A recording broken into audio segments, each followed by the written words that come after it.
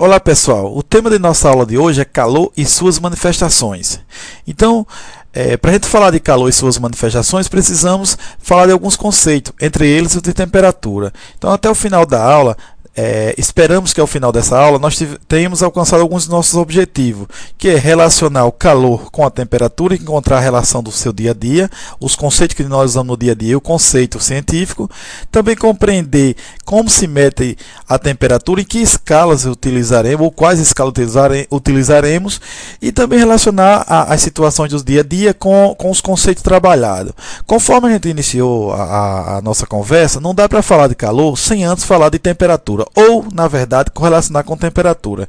Então vejamos aqui uma animação simples para relacionar a questão de temperatura. Imagine esse recipiente que tem um termômetro aqui, medindo uma temperatura numa escala que nós vamos abordar daqui a pouquinho, chamado Kelvin, né, a escala absoluta.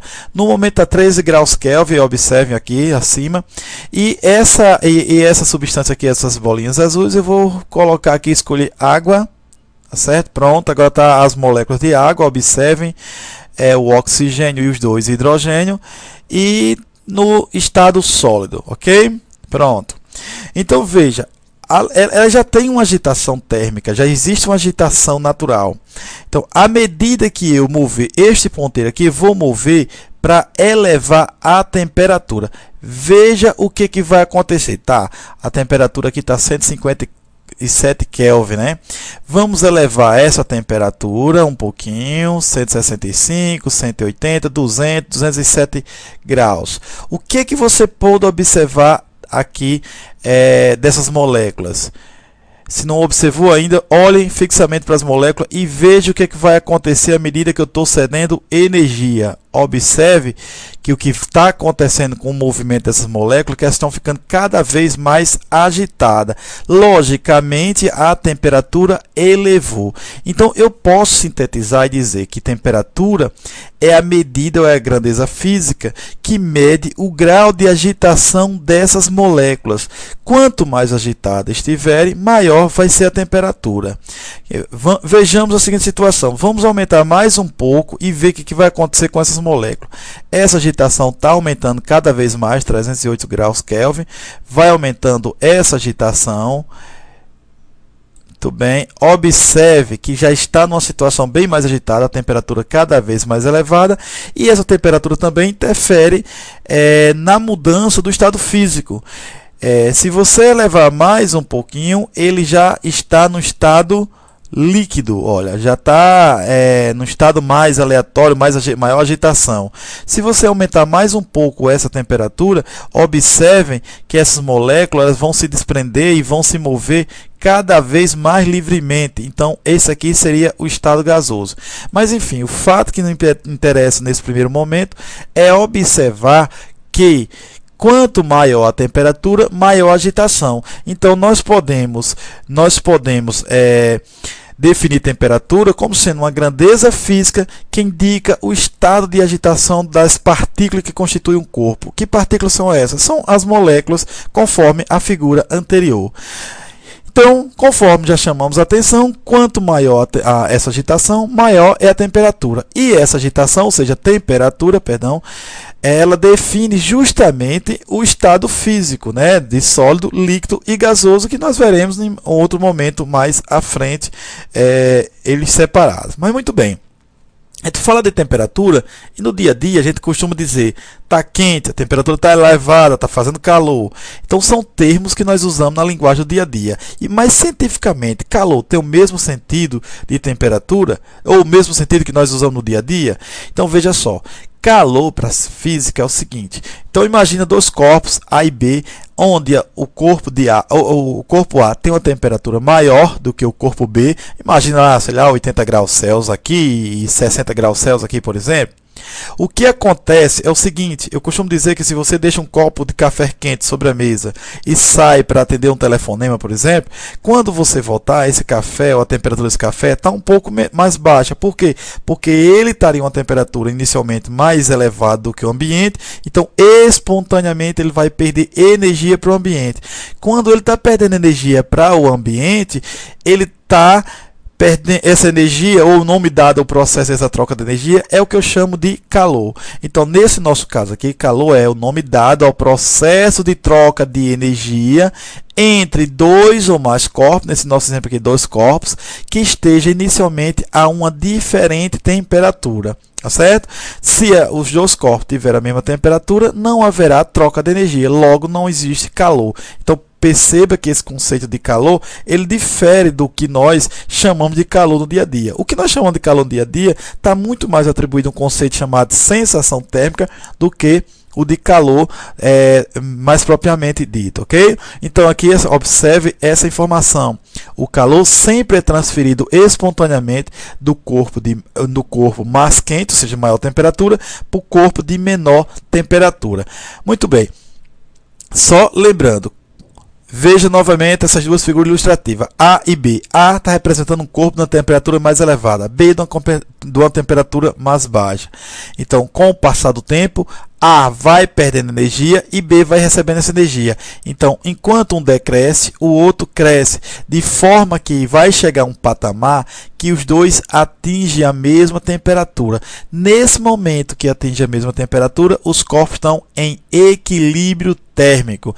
Então, a gente pode dizer que o equilíbrio térmico ocorre quando dois ou mais corpos atingem a mesma temperatura, ok?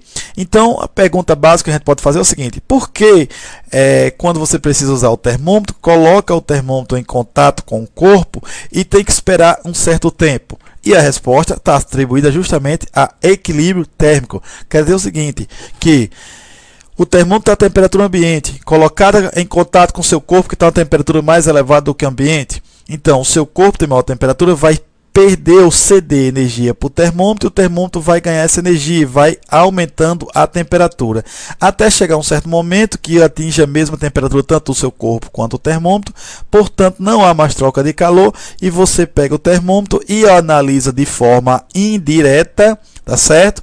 A temperatura do seu corpo, tá certo? Então, todo mundo sabe que termômetros são dispositivos utilizados para medir justamente a temperatura. E ela mede de forma indireta, ou seja, ela vai buscar entrar em equilíbrio térmico com o seu corpo, tá certo? Então, muito bem. Se o termômetro mede temperatura, tudo que é medido numa certa escala. Então, veja que no dia a dia, a escala usada para medir temperatura, principalmente aqui no Brasil, é a escala Celsius. Ela é a única? Não, não é a única. Na verdade, existem outras. Vou numerar 3 aqui. Mas antes, para enumerar uma escala térmica, ou para criar uma escala térmica, demarcar, a gente precisa demarcar 2 pontos que são pontos fixos, né? Então, veja só. Considera-se ao nível do mar que quando a água está no estado de gelo, ela está sob a pressão de 1 atm, por isso que condições normais de temperatura e pressão, ou seja, o nível do mar, está a 1 grau,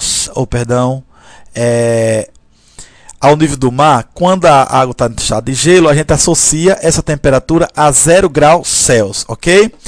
Essa mesma água, quando está também nas mesmas condições de pressão e temperatura, ou seja, o nível do mar, quando essa água está no estado de ebulição, então ou popularmente a gente diz que está fervendo, né?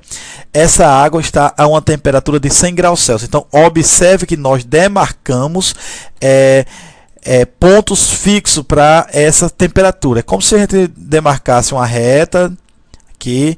Esse ponto baixo aqui eu vou marcar 0. E esse ponto aqui em cima eu vou marcar 100 graus centígrados, tá certo?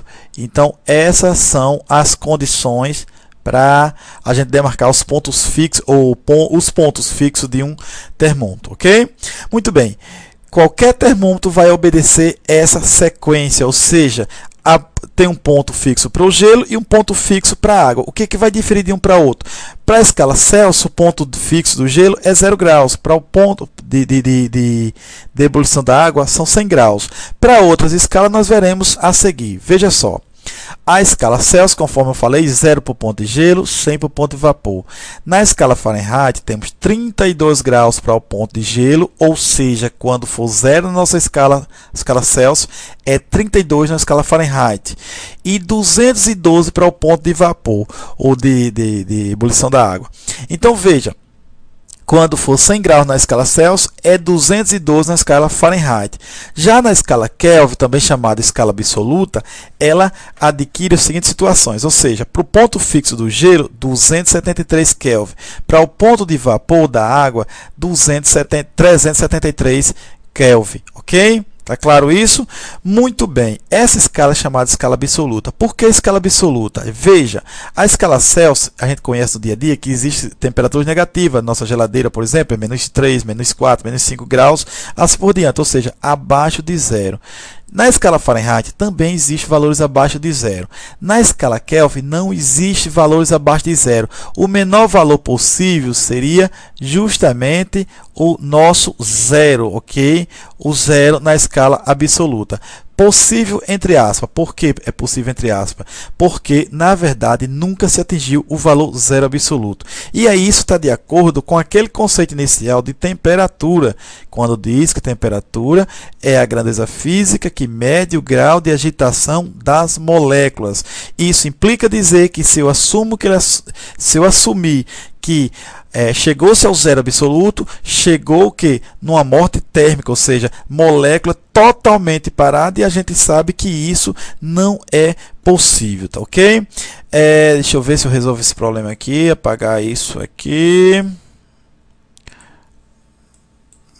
Só um minutinho. Ótimo. Então, olha só, gente, continuando,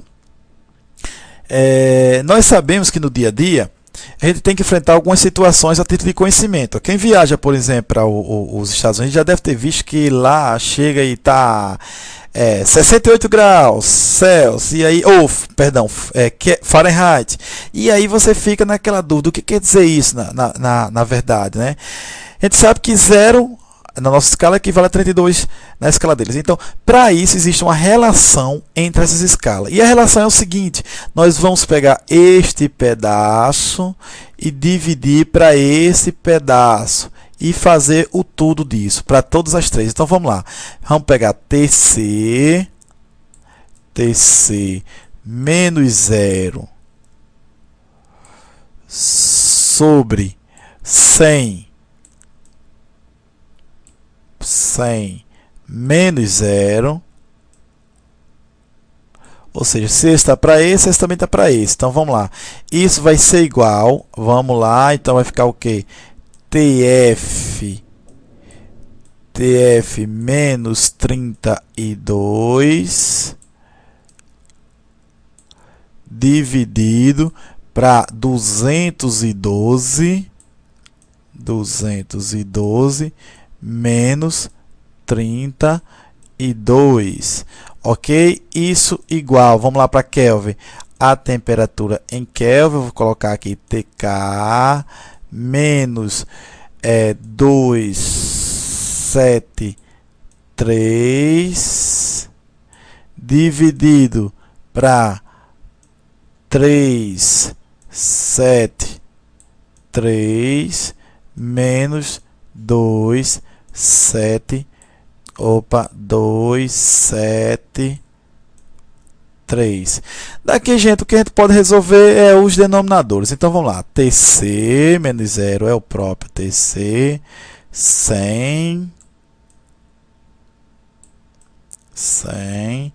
igual TF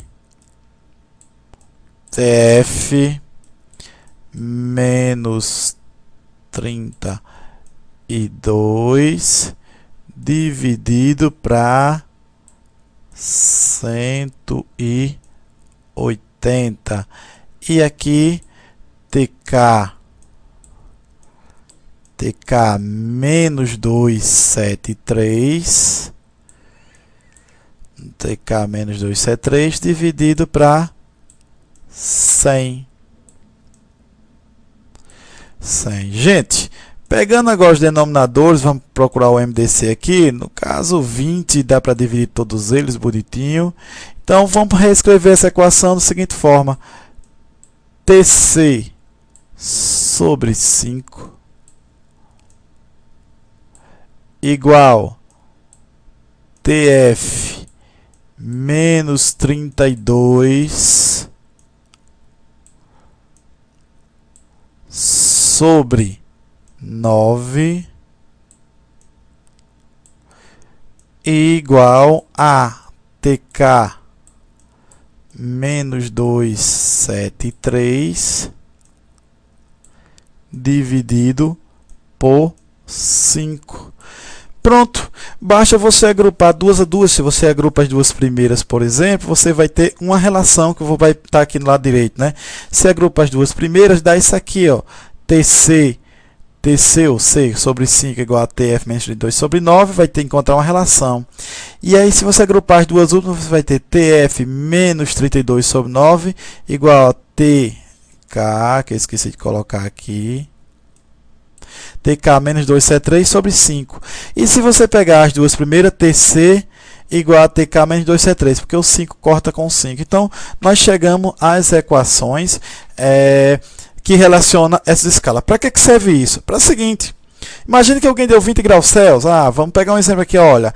Alguém colocou aí 20 graus centígrafo, 20 graus Celsius, e quer que você descubra quanto é que vale isso lá na escala Fahrenheit. Um exemplo. Então, tu vem nessa equação aqui, nessas duas primeiras, e faz o seguinte, ó. 20 sobre 5 igual a TF menos 32 sobre 9. Aí vai usar a matemática, enfim, pode dividir ou pode usar a regra de 3. Nesse caso aqui vamos dividir, que fica mais simples, igual ao que? TF menos 32 sobre 9. Então, TF menos 32 igual a 9 vezes 4, 36. E aí, TF igual a 36 mais 32, 68. 68 graus Fahrenheit, ok? Então, essas relações, na verdade, vai servir justamente para nos dar a condição de fazer esses cálculos, essas continhas, ok? Muito bem, espero que tenha entendido. Então, vamos lá. Agora, vamos ver como é que mede a quantidade de calor. Então, lembrando que calor é o nome dado ao processo de troca de energia. Então, veja só, numa situação bem simples chamada calorímetro, é um recipiente idealizado em que não há troca de energia entre a parte interna e a parte externa. Se colocou um termômetro, né, e fechou isso aqui, colocou uma hastezinha com a hélice na ponta. Então, esse aqui chamou de agitador. Na medida que girava-se isso aqui, ok? Essa hélicezinha ia fazer o quê? Ia agitar as moléculas da água. Ao agitar essas moléculas da água, o que acontecia? Gente, a agitação das moléculas vai reduzir num aumento de temperatura. Então, percebia esse aumento de temperatura. E daí encontrou-se uma relação para medir essa quantidade de energia, e ficou chamada de caloria, popularmente chamada de cal, quantidade de calor necessária para levar 1 grama de água, ou 1 grau Celsius, 1 grama de água, tá certo? E esse cal é muito usado pelas nutricionistas, é aquela mesma energia que está presente nos alimentos, porque calor é energia, ok? E existe uma relação também, já que a gente sabe que no sistema internacional a unidade de energia é o joule, ou joule, então existe essa relação. Por exemplo, um cal, se você quiser transformar para joule, um cal é igual a 4,18 joule. Como o pessoal de nutrição utiliza numa escala que é múltipla, ou seja, utiliza o quilocal. Então, o quilocal, que é 1000 vezes a caloria, um quilocal é igual a 4,18 kJ, ok? Então, a gente pode analisar da seguinte forma. Cada caloria fornecida em 1 grama de água provoca elevação de temperatura em 1 grau Celsius. Então, a gente vai ver isso que é chamado de calor específico mais à frente. Então, veja só. Então, se você tem um recipiente com a quantidade de 1 grama de água a 20 graus Celsius, essa quantidade de água não vai mudar. Quanto de calor são necessárias para mudar de 20 para 21 graus Celsius? São necessárias 1 caloria, ou seja, 1 caloria de energia cedida a esse sistema aqui vai elevar a temperatura em 1 grau Celsius. E se eu quisesse elevar para 22 graus Celsius? Aí eu faria o seguinte, eu precisaria de 2 calorias. Se fosse para 23 graus Celsius, ou seja, aumentar 3 graus, aí eu precisaria 3 calorias. E assim sucessivamente.